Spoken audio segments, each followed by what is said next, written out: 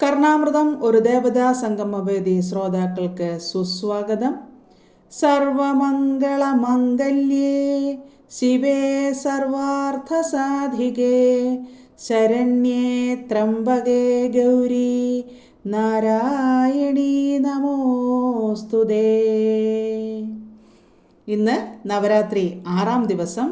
ഇന്ന് നമ്മൾ ആരാധിക്കുന്നത് കാത്യായനി ദേവിയെയാണ്. ഇതുവരെ നമ്മൾ 5 ദേവതാ സങ്കല്പങ്ങൾ ആരാധന ചെയ്തു കഴിഞ്ഞു. ഇന്ന് നമുക്ക് കാത്യായനി ദേവിയെക്കുറിച്ച് കൂടുതൽ അറിയാം.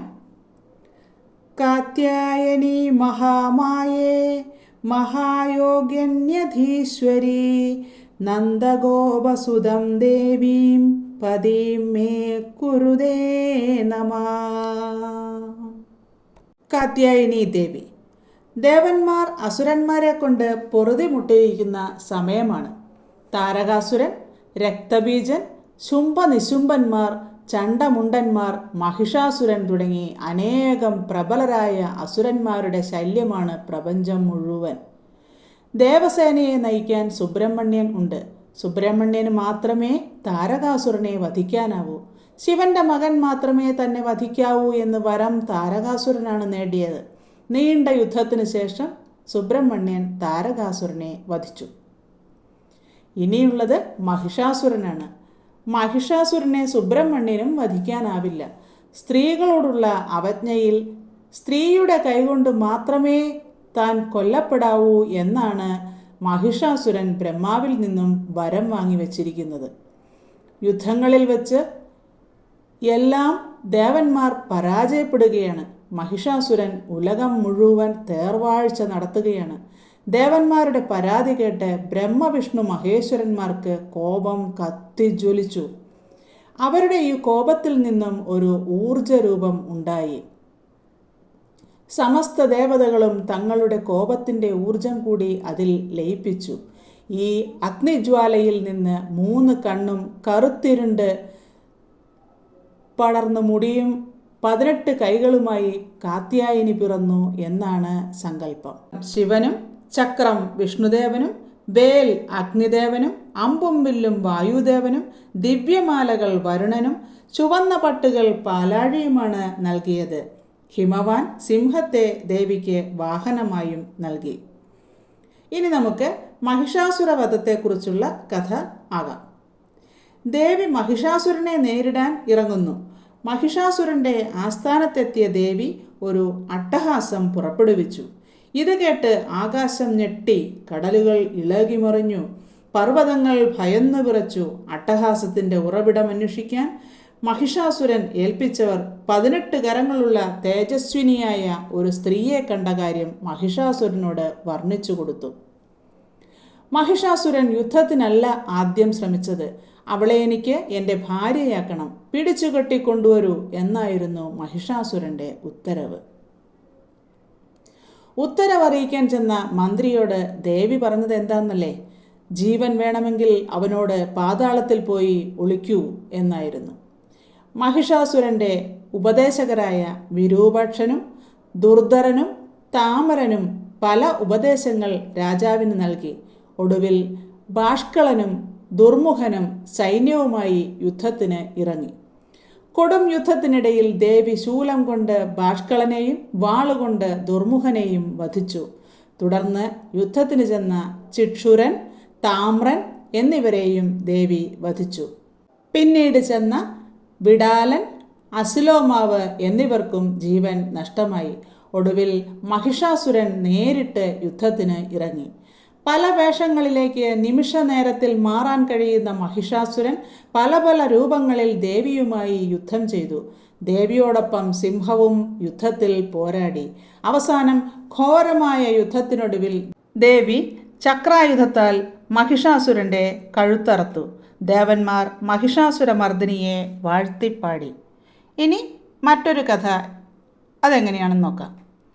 വിശ്വാമിത്ര പരമ്പരയിലെ ഒരു ഋഷിയായിരുന്നു കഥൻ. കഥൻ്റെ മകൻ കാത്യൻ. ഒരു മകൾ വേണമെന്ന് ആഗ്രഹവുമായിരുന്നു അദ്ദേഹത്തിന്.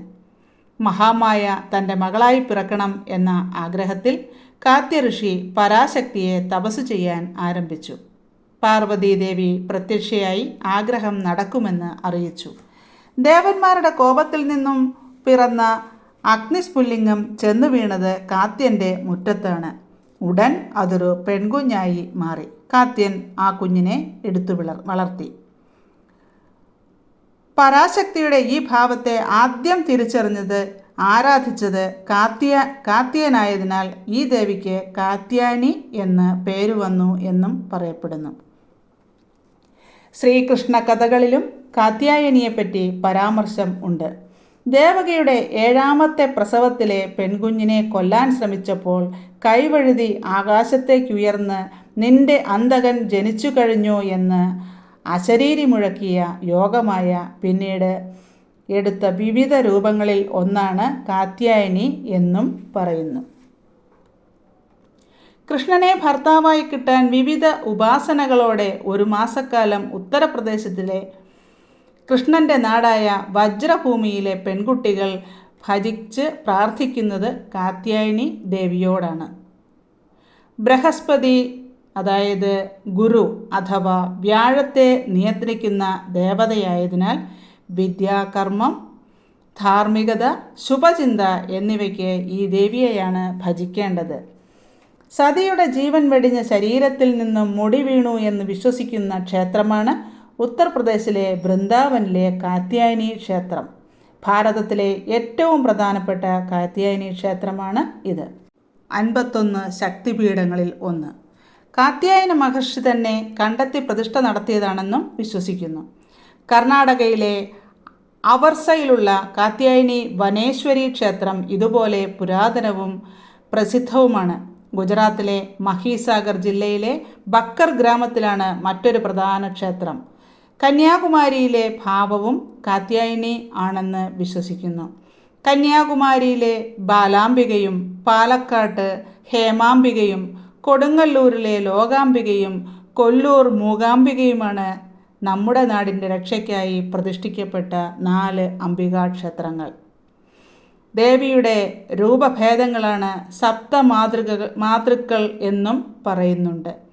ബ്രഹ്മാവിൻ്റെ ശക്തിഭാവമായ ബ്രാഹ്മി ദേവിയുടെ വായിൽ നിന്നും, മഹാദേവൻ്റെ ശക്തിയായ മഹേശ്വരി തൃക്കണ്ണിൽ നിന്നും, സുബ്രഹ്മണ്യൻ്റെ ശക്തിയായ കൗമാരി അരക്കെട്ടിൽ നിന്നും, വിഷ്ണുവിൻ്റെ ശക്തിയായ വൈഷ്ണവി കൈകളിൽ നിന്നും, വരാഹ ഭഗവാന്റെ ശക്തിയായ വരാഹി പൃഷ്ഠഭാഗത്തു നിന്നും, നരസിംഹത്തിൻ്റെ ശക്തിയായ നരസിംഹി ഹൃദയത്തിൽ നിന്നും ഉണ്ടായതായി പറയുന്നു.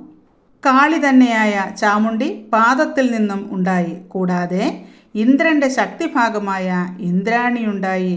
ദേവതാംശങ്ങൾ എല്ലാം കൂടിച്ചേർന്നുണ്ടായ കാത്യായനി നമ്മുടെ ശരീരത്തിലെ ആജ്ഞാചക്രത്തിലാണ് കുടികൊള്ളുന്നത്.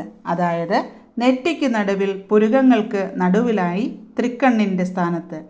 ഈ ചക്രമുണർന്നവർക്ക് ഭൂതത്തിലെയും ഭാവിയിലെയും കാര്യങ്ങൾ അറിയാനാവും. മായക്കാഴ്ചകൾക്ക് പകരമുള്ള യഥാർത്ഥ കാഴ്ചയാണ് 3ാം കണ്ണ് തരുന്നത്. ഇത് ഭൗതിക ശരീരത്തിൻ്റെ ഭാഗമല്ല എന്നും പറയാം.